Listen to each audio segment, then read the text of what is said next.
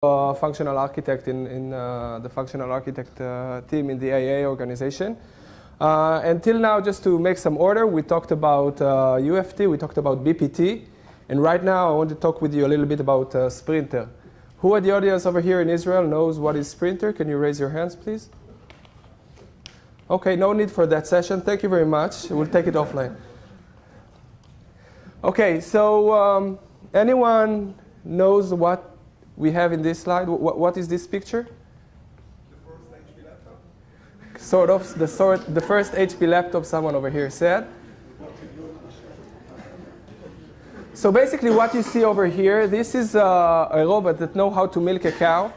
And if you take that robot into your farm, you can milk all your cows without any human interaction. All the work is done automatically, and that's amazing how it works. I recommend anyone who is not familiar with that to go to see how it works. It's really amazing what you can do with technology. But this is not what I wanted to talk with you about today, just to explain you that our thing that today technology can know how to fully automate, okay? And that's one example for that. Anyone knows what we see in this picture? Silence. So when I've been in university, I will tell you a short story. When I've been in the university, one of my professors, he got a task. You get $1 million in 1 year in order to find or to build a robot that will know how to pick those oranges from the tree. After a year, and after he spent $1 million, he came back and he said, unfortunately, we don't know how to do that. Okay? So today we are picking those fruits out of the trees the same ways that we did it hundreds years ago. Bottom line is that there are things that even today technology don't know how to automate. So if we're taking that into our world, we can see that still in organization, although we have great solutions for automation, still most of the organization have around 80% of their testing done manually. There are lots of reasons for that. We're not going to drill down into those examples. But basically, we can understand from that there is still a huge market that we are not targeting with our automation and BPT solution. So before we go into the solution, I want to talk with you a little bit about what were the challenges that we looked at when we started to work on Sprinter. The first one was test authoring. Organizations are working very hard in order to build their manual test. That's a very tedious work. If any one of you did it in the past, you need to write everything that you do and what you do in order to interact with your application. And you need to make sure that even if you're not executing that test, someone else will be able to repeat those same steps again. So you need to add a lot of information and explain how you do that. You need to explain how you press the button, where it is located if someone is not familiar with it. So test authoring is one challenge. The second challenge that we identified is test execution.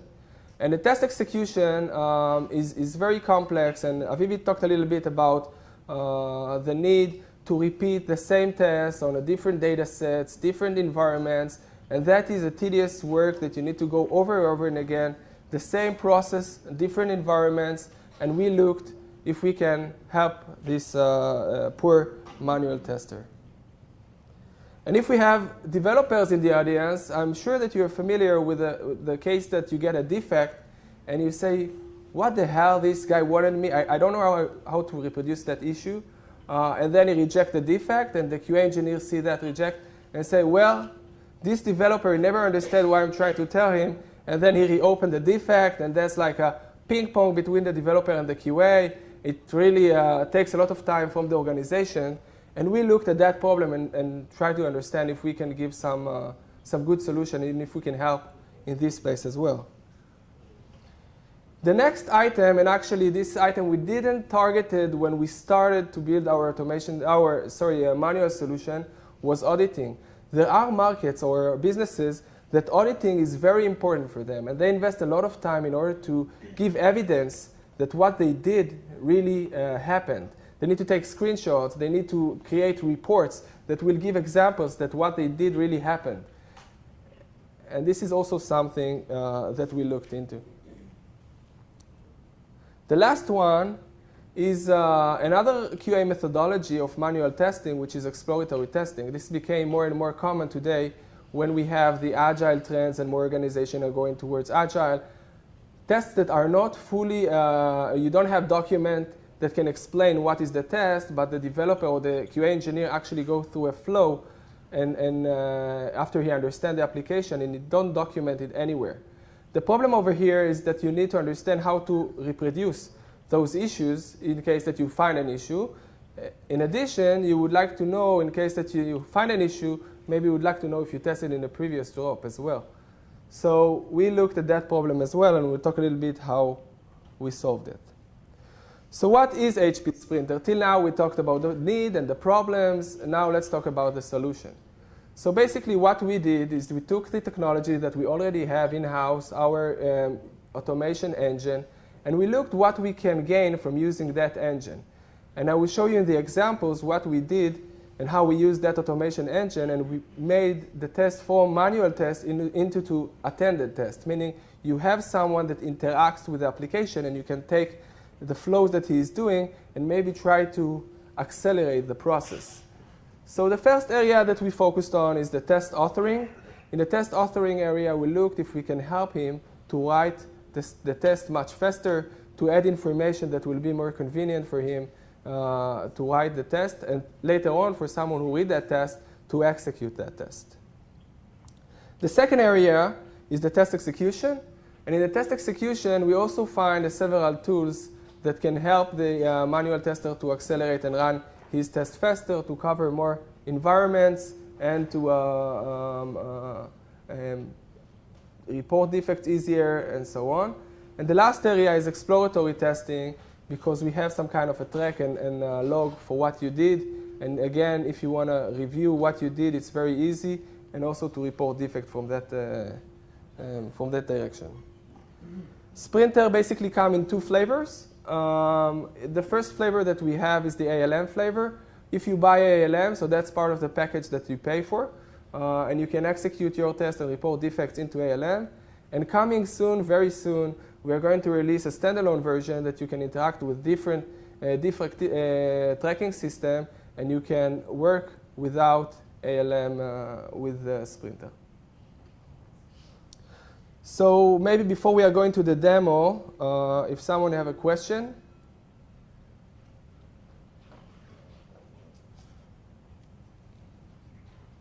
Okay, good. So let's, the first thing that I'm going to demonstrate is not a real demo. I'm going to explain you the functionality that we are giving is mirror testing. As I explained, part of the challenge that we have is to cover multiple environments. For example, I need to run on different Windows operating versions. I need to cover different browsers. I also have different web servers and databases and so on.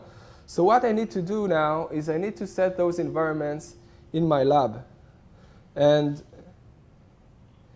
once I have those environments in my lab, I also set another environment that I'm working from, the host that I'm working from, and I'm starting to execute the manual step that I have.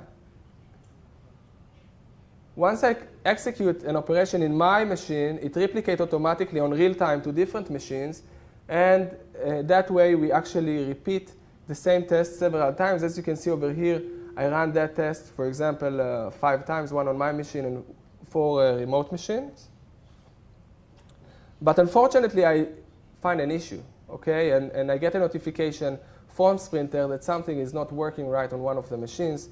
And I can very easily drill into that problem and report a defect very easy with all the information that we have on the differences between the replication and the other machines.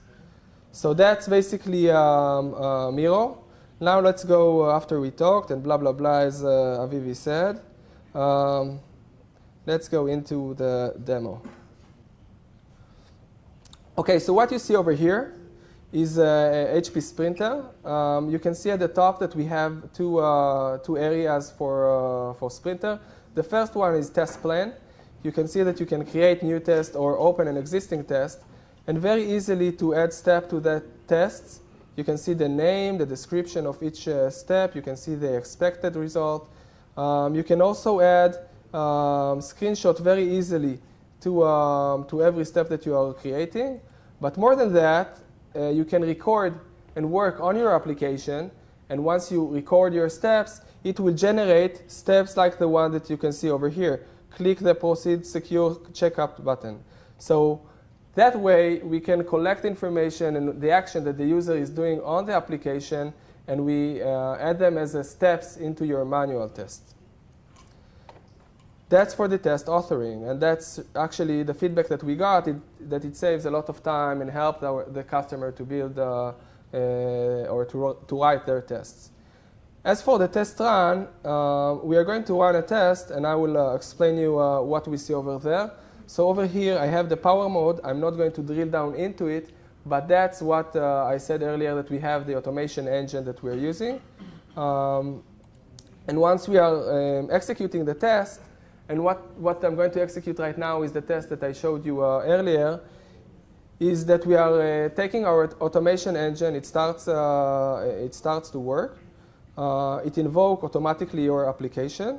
And again, I'm sure that by now you are familiar with the Candy warehouse. No, I don't want Internet Explorer 9, at least not for now.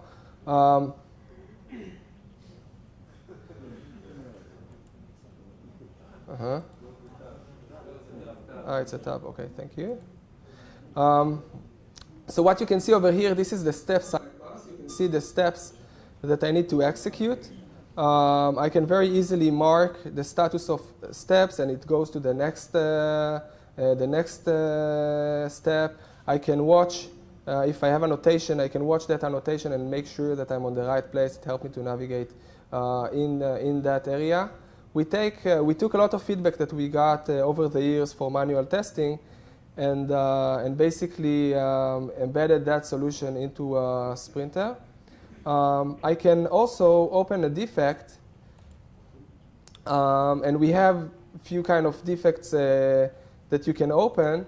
But basically, when you open a defect, you can take the steps from your manual test. You can text the actions that you really performed on the application. Over here, you have a preview of what was done, or what is the information that you are going to submit to Quality Center. You can take the current screenshot.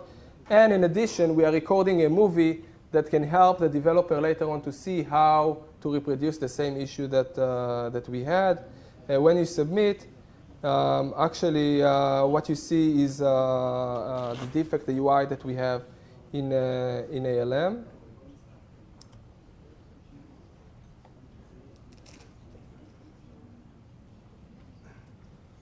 That's, as you can see, the one of you who are familiar with Quality Center. That's the defect UI that you have. I'm not going to submit that defect right now, but what you can see that in the attachment, automatically you have the screenshot and the movie. I want to run a few steps just to show you another piece of the functionality that we are delivering. So since Avivi don't give me from his candies, I need to buy my own ones.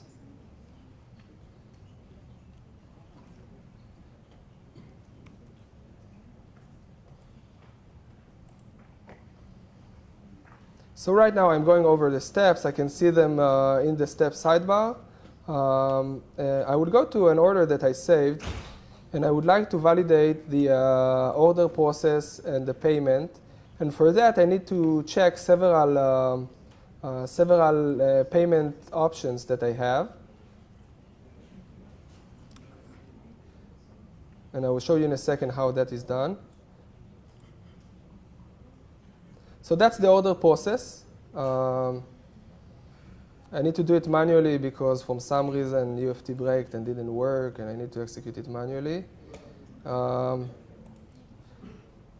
So I want to go into the payment information. And as you can see, my tests have several data sets that I would like to validate for the payment area. In this case, I would like to pay with my Discover Network, card. What will happen right now, as a user, I don't need to fill this information.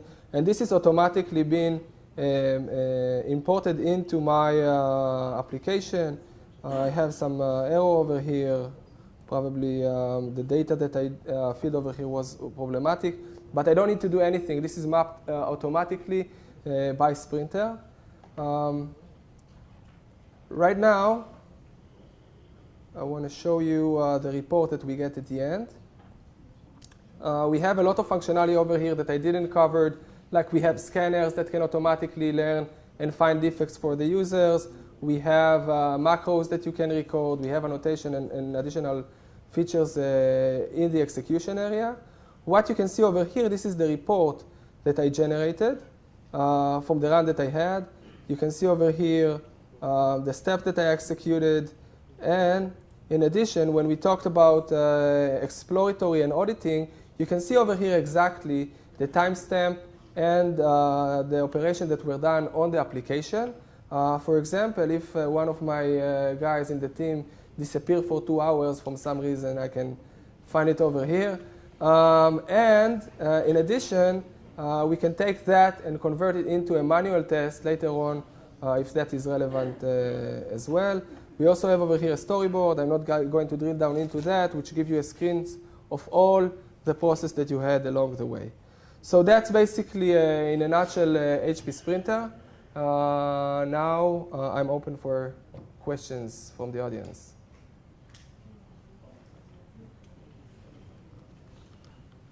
Yes, please. I listen to you only with one ear, so you need to speak very loud. You have a manual tester doing these tests, and he's actually being recorded as he's doing the test. So why not save it and maybe turn this recording into an automated test?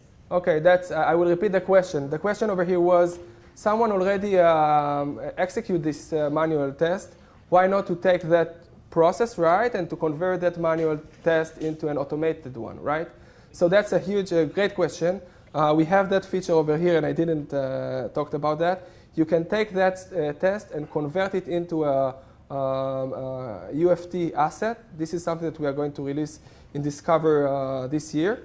And basically what you will get a test, very naive test, right, with a repository and the basic flow. And you still need to do some work in order to build it a good test that will be low maintenance, etc. But it's accelerate your automation process, and it helps the automation engineer to start not from scratch, but you already have the flow, you have the repository. It helps him to guide him what he needs to do. That's a good question. Doron, I don't take questions from you. It's not. Yeah, go ahead. Have you ever thought about maybe doing also collecting information how real users are working? How real users are working on? Yes, what actions they do on their regular application, just to collect the information. So I mean, okay, sorry. So the question that was asked is, do we think of using that technology, right, in order to validate and learn how real customers are working on their application? So, I mean, I think, and you're familiar with the technology, that is more complex, and I don't think that this is the direction that we would like to go to. But we learn how the customers are using on production from different channels, not using that. There is a question in the virtual room. In case of mirror testing, how does the tester prepare the machine mirror installation? Are you using any HP technology? Okay, so the question on the virtual room was, in case that I'm running mirror test, then how do I install the agent on those remote machine, right? That was the question. So we are not using any kind of a technology for that. The installation is done manually, and you need to go and to install that on the remote host. Okay? I will be back after Benny will go over the team structure. So thank you very much. That was for Sprinter.